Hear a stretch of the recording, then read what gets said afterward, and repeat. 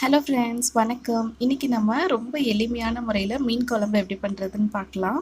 நல்ல ஒரு பெரிய இளஞ்ச சைஸ் அளவு புளியை வந்து நம்ம நல்லா தண்ணீரில் கரைச்சிக்கலாம். இந்த மாதிரி குழம்பு வந்து எந்த அளவுக்கு வேணுமோ அந்த அளவுக்கு தண்ணி எடுத்துக்கோங்க.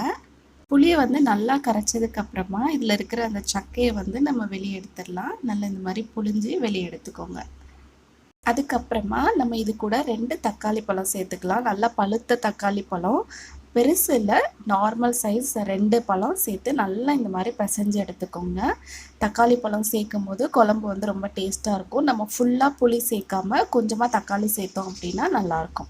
இப்போ இது கூட வீட்டில் அரைச்ச குழம்பு மிளகா பொடி வந்து 3 ஸ்பூன் சேர்த்துக்கோங்க.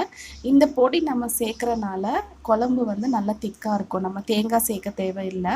இதில் வந்து நம்ம எல்லா பொருளும் சேர்த்து அரைச்சிருக்கனால நல்லா குழம்பு வந்து திக்காக இருக்கும். நல்லா கையை வச்சு இந்த மாதிரி நல்லா பிசைஞ்சு விடுங்க. அதுக்கப்புறமா பொடி சேர்த்ததுக்கப்புறமா நம்ம இந்த தக்காளியோட தோல் இருக்கும் இல்லையா, அதை வந்து நம்ம வெளியே எடுத்துடலாம். ஏன்னா அது நிறைய குழம்புல வந்து தக்காளி தோலாக இருந்த மாதிரி இருக்கும். அதனால நம்ம இதை வந்து வெளியே எடுத்துடலாம். இது வந்து நம்மளுக்கு தேவைப்படாது, வெறும் தோல் மட்டும்தான் இருக்குது. கூடவே கொஞ்சமாக கருவேப்பிலை சேர்த்து வச்சுக்கோங்க. இப்போ இது இருக்கட்டும், நம்ம குழம்பு பண்ண ஸ்டார்ட் பண்ணிடலாம். பாத்திரம் வச்சுட்டு அதில் கொஞ்சமாக எண்ணெய் சேர்த்துட்டு எண்ணெய் சூடானதுக்கப்புறமா கடுகு வெந்தயம் சேர்த்துக்கோங்க. வெந்தயம் வந்து 1/2 ஸ்பூன் அளவு சேர்த்துக்கோங்க, சரியாக இருக்கும். வெந்தயம் சேர்த்தா குழம்பு நல்லா டேஸ்ட்டாக இருக்கும் மீன் குழம்புக்கு.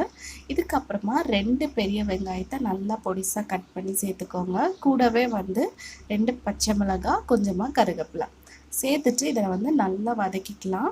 வெங்காயம் வந்து 2 நான் எடுத்திருக்கேன். அதுக்கப்புறமா ஒரு 10 அளவு பூண்டை வந்து நல்லா இந்த மாதிரி தட்டி சேர்த்துக்கோங்க.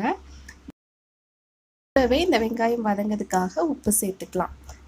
ஒரு 5லேருந்து 7 நிமிஷம் இந்த வெங்காயம் வந்து நல்லா பொன்னிறமாக வர வரைக்கும் இந்த மாதிரி நம்ம நல்லா வதக்கி எடுத்துக்கலாம். இதுக்கப்புறமா நம்ம நல்லா கரைச்சி வச்சுருக்கோம் இல்லையா புளி, அதுக்கப்புறம் குழம்பு மிளகா பொடி, கருவேப்பிலை, இந்த தண்ணியை வந்து உள்ளே சேர்த்துக்கலாம்.